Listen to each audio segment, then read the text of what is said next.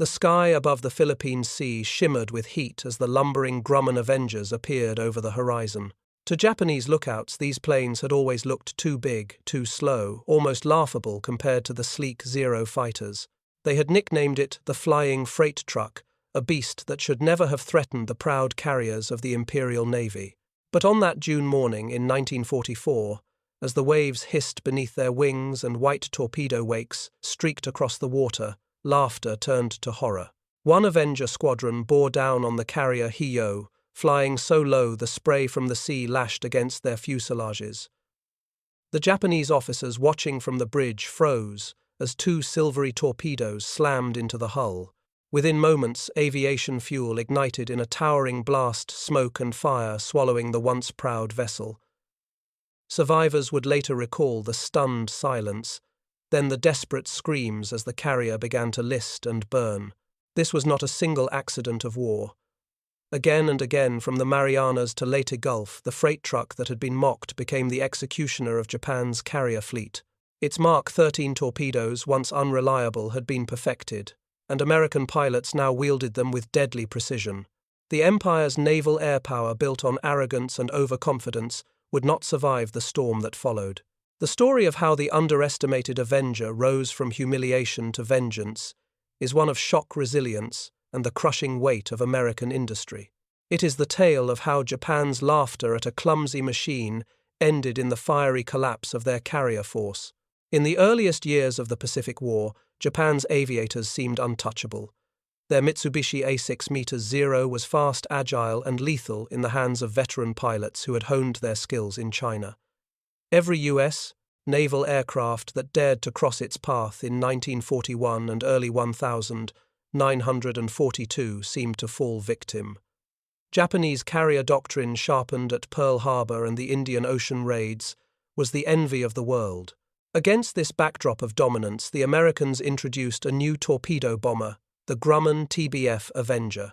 To Japanese intelligence officers, the Avenger was a curiosity at best. It looked enormous, almost ungainly. At over 40 feet long, with a wingspan wider than many twin-engine bombers, the aircraft seemed too heavy for delicate carrier operations. Its cockpit housed not just a pilot, but a crew of 3, with a rear gunner encased in a powered turret and a radio man crouched below. It carried no sleek lines, no romantic image of aerial duels. To enemy eyes, it was a plodding beast, more a flying truck than a warplane. Pilots of the Rising Sun assumed it would never pose a real threat to their fleet. That assumption would prove fatal. The Avenger was born out of a disaster. Its predecessor, the Douglas TBD Devastator, had been outdated even before war broke out. At the Battle of Midway in June 1942, Devastator squadrons launched gallant but hopeless torpedo runs against Japanese carriers. Out of 41 Devastators that attacked, only 6 returned. Their Mark 13 torpedoes ran erratically, often too deep, sometimes failing to detonate even when they struck home. It was a massacre that nearly discredited the very concept of torpedo bombing. But on that same morning, a handful of Avengers made their debut. Detached from Torpedo Squadron 8-6 TBFs attacked the Japanese fleet. 5 were shot down, and the lone survivor limped back riddled with holes, its crew dead or wounded. Japanese observers laughed. So this was the new American hope. It seemed slow, clumsy, and doomed. What they could not see was that America, unlike Japan, had the capacity to learn, improve, and build by the thousands. The Avenger was designed by Grumman's engineers with one principal: survivability. Its rugged airframe could soak up punishment that would shred a lighter aircraft. Armor protected the crew. Self-sealing fuel tanks prevented catastrophic fires. The massive Wright R2600 engine gave it 17,000 horsepower to heave its bulk into the air, and its bomb bay could cradle the troublesome Mark 13 torpedo or a 2,000-pound bomb.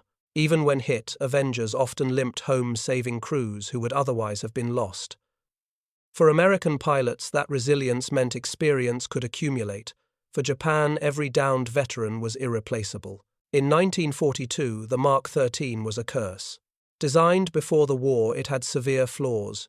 It ran too deep, its detonators were unreliable, and it demanded an almost suicidal drop profile, very low altitude at painfully slow speed, leaving the Avenger hanging in front of enemy guns. Many Japanese officers sneered that these torpedoes were useless fish, yet American scientists, engineers, and sailors set about correcting the faults. Through 1,943 modifications transformed the weapon. Wooden drag rings and tail stabilizers allowed drops at higher speeds and safer altitudes. Explosive triggers were refined. By 1944, the Mark 13 had become one of the most reliable torpedoes in the Pacific. Meanwhile, the Avenger itself proved versatile. It hunted submarines, bombed ground targets, and scouted vast stretches of ocean. Its crews developed tactics to survive zero attacks, flying in disciplined formations using their .50-caliber turrets to weave interlocking fields of fire and working hand-in-hand with the new Grumman Hellcats that prowled above as guardians. Japanese pilots who once dove confidently on helpless bombers now found themselves shredded by turret fire or ambushed by escort fighters. Slowly, the myth of invincibility began to crack. By late 1943, the balance was shifting. The U.S. Navy was commissioning Essex-class carriers at a breathtaking pace, each capable of carrying dozens of Avengers.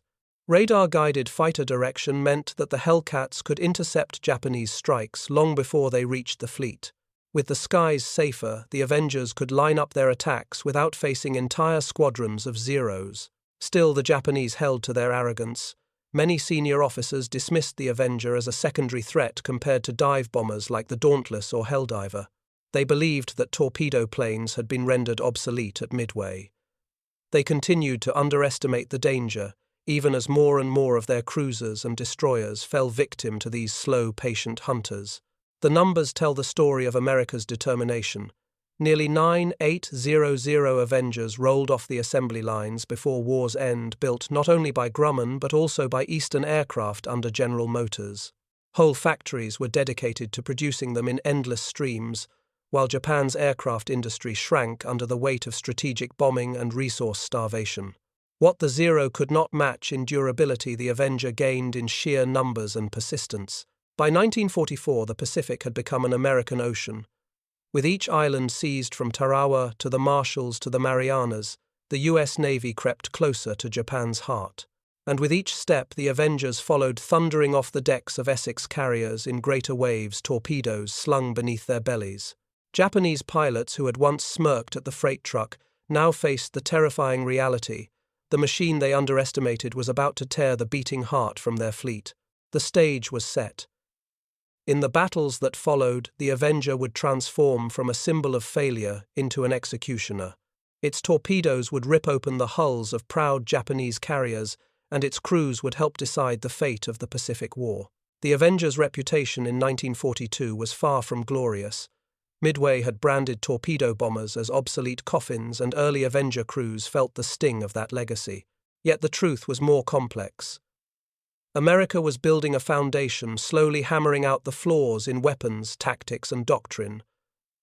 What looked like weakness to Japanese pilots was in fact the painful first step of a transformation. After Midway, the struggle moved south into the Solomons. Guadalcanal became the testing ground where the Avenger learned to kill. Henderson Field, carved from the jungle, hosted Marine Avengers that patrolled the waters by day and night. Japanese Tokyo Express destroyers tried to slip troops and supplies through narrow straits under cover of darkness. They expected air attack, but believed slow American torpedo planes posed little danger. The Avengers proved otherwise. Flying low under the moonlight, they launched Mark 13 seconds against destroyers threading the waters. Results were uneven at first. Some torpedoes still ran wild, but every successful hit forced the Japanese to reckon with the persistence of this so-called freight truck. The November 1942 naval battle of Guadalcanal offered a chilling example. The battleship Hiei, heavily damaged in surface action, limped within reach of American air power. Waves of aircraft struck her throughout the day. Among them were Avengers carrying both bombs and torpedoes. Though not every weapon functioned perfectly, repeated blows eventually sealed her fate. Watching from lifeboats, Japanese sailors were stunned that such a massive warship could be brought down by lumbering planes they had dismissed as inferior. Elsewhere in the Solomons, Avengers harassed Japanese cruisers and transports. They refined attack methods, approaching at wave-top level, hiding in the shimmer of sun on the sea, and releasing torpedoes in coordinated spreads. Crews learned to keep formation discipline even as flak shredded the air around them. Many were shot down, but those who survived gained experience, and unlike Japan, America's system rotated veterans back as instructors, spreading hard-won lessons across new squadrons. The Avenger was slowly becoming a professional predator. At the Battle of the Santa Cruz Islands in October 1942, Avengers flew alongside dauntless dive bombers in the desperate contest to halt Japanese carriers.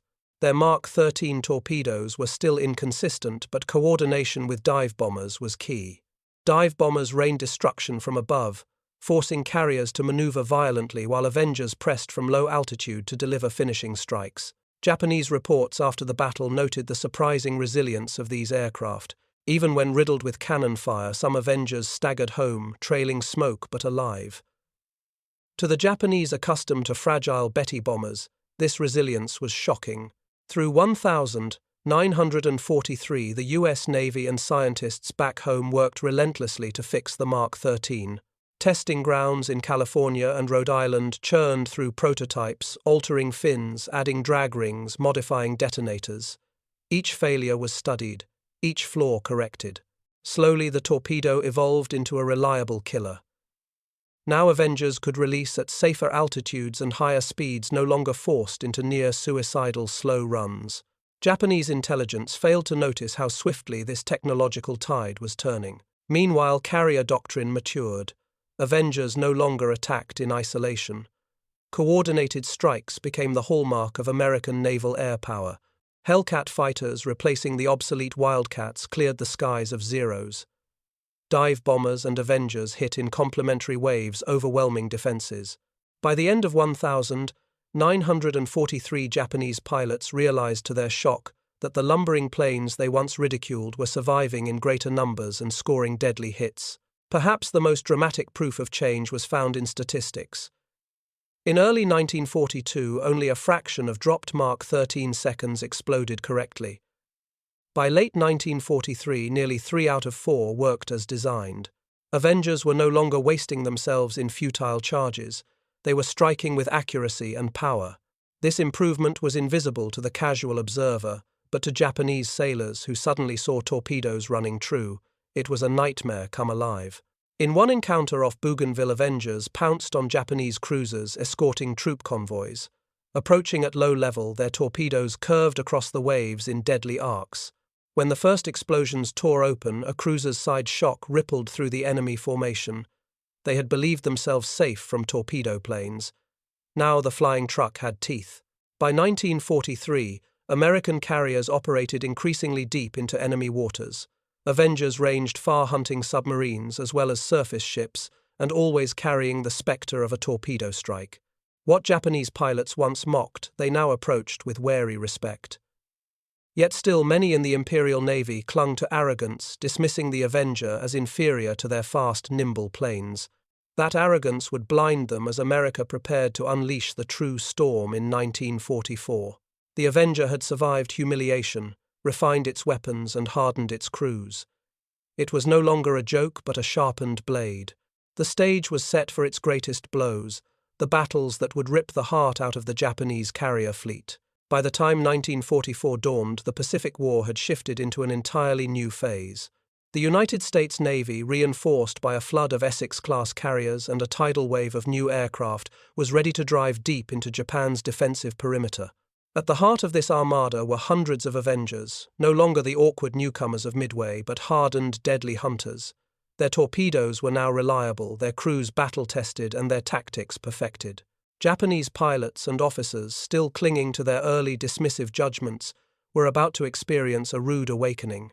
The stage for this transformation was the Marianas campaign. When the U.S. struck Saipan, Guam, and Tinian in June 1944, the Japanese High Command threw everything into the counterattack.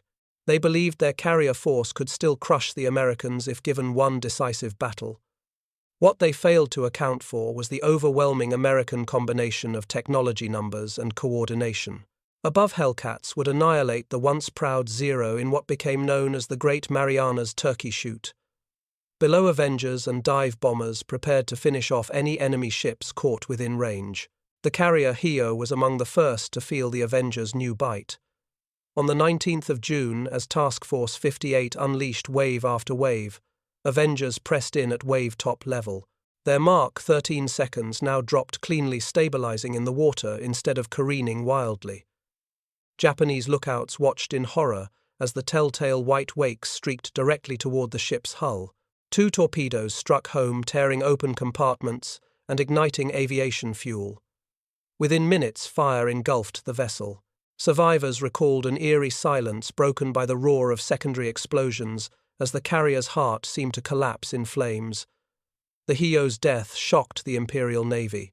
The very weapon they had once mocked had just delivered a fatal blow to one of their capital ships. But this was not an isolated strike. Again and again, Avengers carved their signatures into the Pacific. During the Battle of the Philippine Sea, they hunted down fleeing carriers and escorts.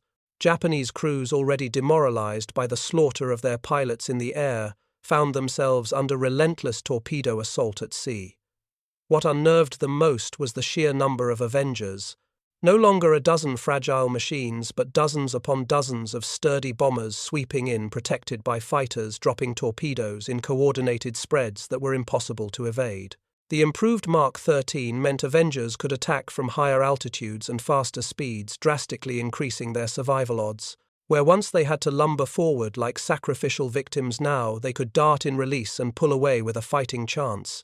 Japanese anti-aircraft gunners, already overwhelmed by waves of dive bombers, found themselves helpless as torpedo tracks crisscrossed toward their ships. A single carrier might face half a dozen torpedoes converging simultaneously like arrows of destiny beneath the waves. Japanese pilots could not believe what they were witnessing. For years, their doctrine had stressed maneuverability and speed qualities embodied by the Zero. Yet these clumsy Avengers, flying straight into the teeth of their defenses, not only survived but inflicted crippling damage. Reports flowed back to Tokyo describing carriers set ablaze, escorts broken in half, and destroyers gutted by undersea explosions. The shock was palpable. The underestimated flying truck had become the executioner of the fleet. The psychological blow was immense.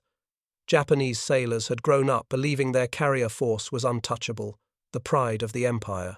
Now, watching torpedo tracks streak in and explode against their hulls, that confidence collapsed.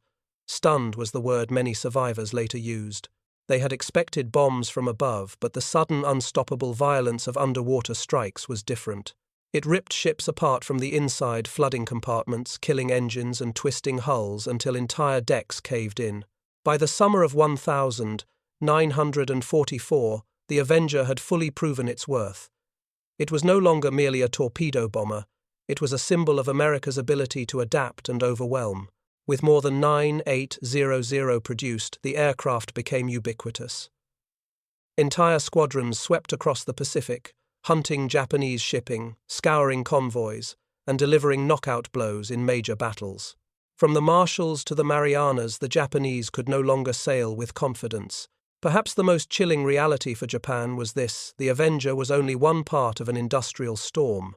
Each loss inflicted by its torpedoes could be replaced many times over by American shipyards, while Japan struggled to replace even a single carrier. The Avengers' strikes were not just tactical victories, they were nails hammered into the coffin of Japan's carrier fleet. By the close of 1944, Japanese pilots, who had once ridiculed the Avenger, no longer laughed. They whispered about its attacks in mess halls, recalling the massive aircraft that seemed to rise from the sea itself, dropping torpedoes with cold precision. The plane they had underestimated had become the very instrument that doomed their navy, and the greatest demonstration of its power was yet to come in the climactic battle off Cape Engaño, where the last proud carriers of Japan would meet their end under the relentless assault of the Avenger. By the autumn of 1944, the Japanese carrier fleet was a shadow of its former self. Losses at Midway, attrition in the Solomons, and the catastrophe of the Philippine Sea had gutted its strength. Yet the Imperial Navy still possessed a handful of proud flatops, and in October they were summoned for one last gamble. The plan was desperate. Admiral Ozawa's decoy force would lure the Americans north away from the Leyte invasion beaches. There, the shattered remnants of Japan's carriers Zuikaku, Zuiho, Chitose, and Kyoda would sacrifice themselves in a doomed attempt to draw fire. To the men flying Avengers from Task Force 38, it was the opportunity of a lifetime. The very carriers that had once launched the Zeros over Pearl Harbor and Coral Sea were now sailing almost naked, stripped of seasoned pilots. Their flight decks were largely empty, their hangars filled with a fraction of the aircraft they once carried. They looked imposing from afar, but in truth they were little more than floating targets. For the Avengers, it was the perfect kill. On the morning of the 25th of October 1944, the sky above Cape Engaño was alive with American aircraft. Waves of Hellcats swept ahead, driving off the last fragments of Japanese fighter cover. Helldivers plummeted from altitude, dropping armor-piercing bombs onto the decks below. And then, as if choreographed by fate itself, the Avengers descended in formation engines, droning like a war drum. Dozens of them, torpedoes slung beneath their bellies, closed in from multiple directions. Their targets were the carriers that had symbolized Japanese naval power. Zuikaku, the last survivor of the Pearl Harbor strike force, found herself under relentless assault. Dive bombers struck her decks, forcing evasive maneuvers. In the chaos, Avengers lined up their runs, gliding low above the waves. Torpedoes splashed into the sea wakes, streaking toward the ship.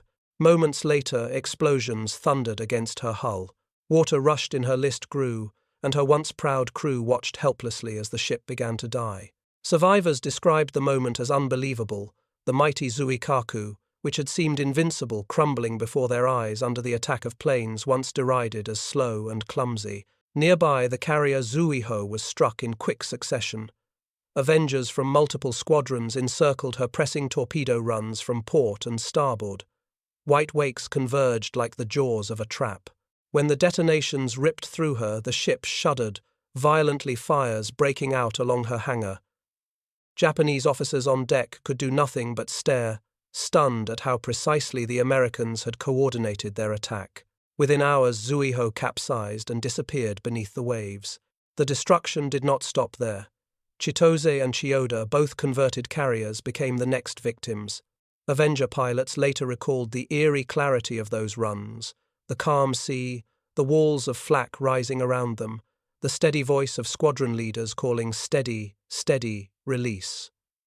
Torpedoes struck home with devastating effect, and by nightfall the last of Ozawa's carriers had been mortally wounded or sunk. What made Cape Engaño so shocking to Japanese survivors was not only the scale of the loss but the method of execution. These were not daring surface duels or even equal aerial clashes. It was annihilation by precision, discipline, and overwhelming force. Avengers had flown in coordinated groups, protected by fighters integrated with dive bombers and backed by the industrial might of America. There was no romance in this slaughter, only inevitability. For the Americans, the moment was deeply symbolic. Many Avenger crews had entered the war in the shadow of Midway, flying a plane derided by both friend and foe. Now they were standing over the carcasses of Japan's carrier fleet, having delivered the killing blows. The transition was complete, from humiliation to triumph, from underestimation to dominance. The Japanese officers who survived described their emotions with a single word: shocked. They had believed that their carriers would die gloriously in surface action or in duels of elite fighter pilots. Instead, they were sunk by waves of what they once mocked as flying trucks. The reality was too bitter to accept. As Zuikaku rolled over her rising bow, disappearing beneath the waves, so too sank the last illusions of Japanese naval supremacy. The battle was more than a tactical victory. It was the death knell of Japanese carrier aviation. Without its flatops, the Imperial Navy had lost its striking arm. No amount of courage or sacrifice could alter the balance now. American industry had produced nearly 10,000 Avengers. Japan could no longer produce even a fraction of that number. What was once a contest of skill had become arithmetic, and in that arithmetic Japan had no answer. Cape Engaño was not just the climax of a battle, it was the climax of the Avengers' story. A machine once ridiculed, flying through walls of flak and zero attacks, had written its name in history as the executioner of an empire. The torpedoes that tore open Japanese carriers were not merely weapons, they were symbols of American perseverance, adaptation, and power. For the crews who flew that day, the memory would last forever: the endless ocean, the massive carriers erupting in flames and the knowledge that they had ended an era.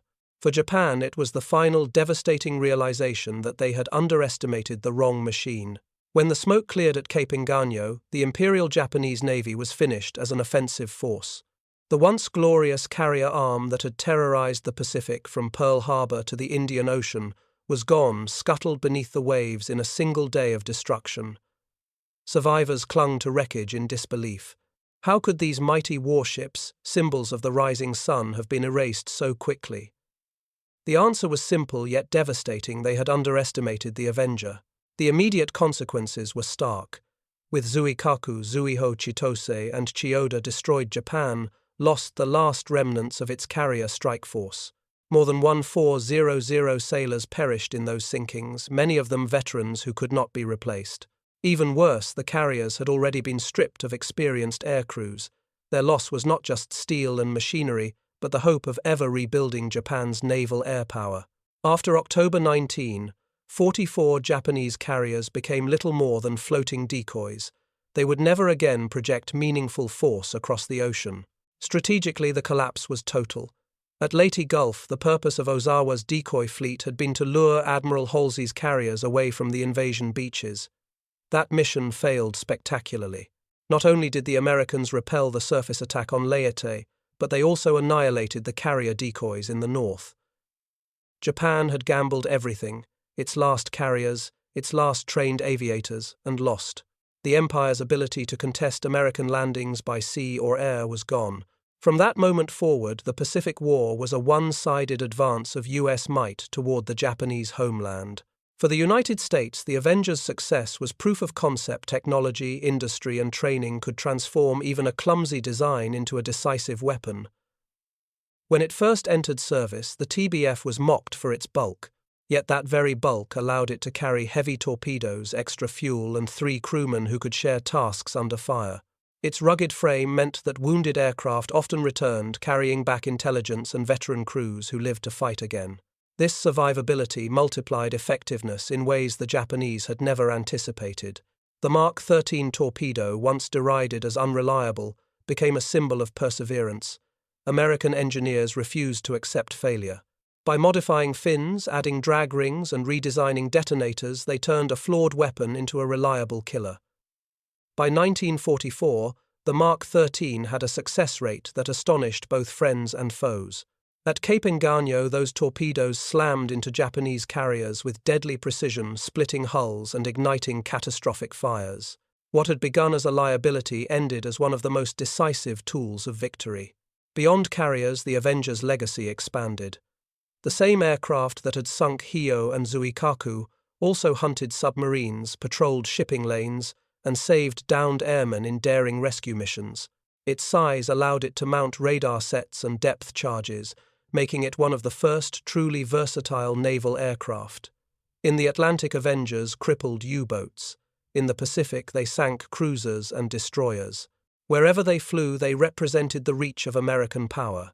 For Japanese sailors and pilots, the Avenger became a spectre. Survivors spoke of the shock, the disbelief that such a slow, heavy plane could bring down their pride.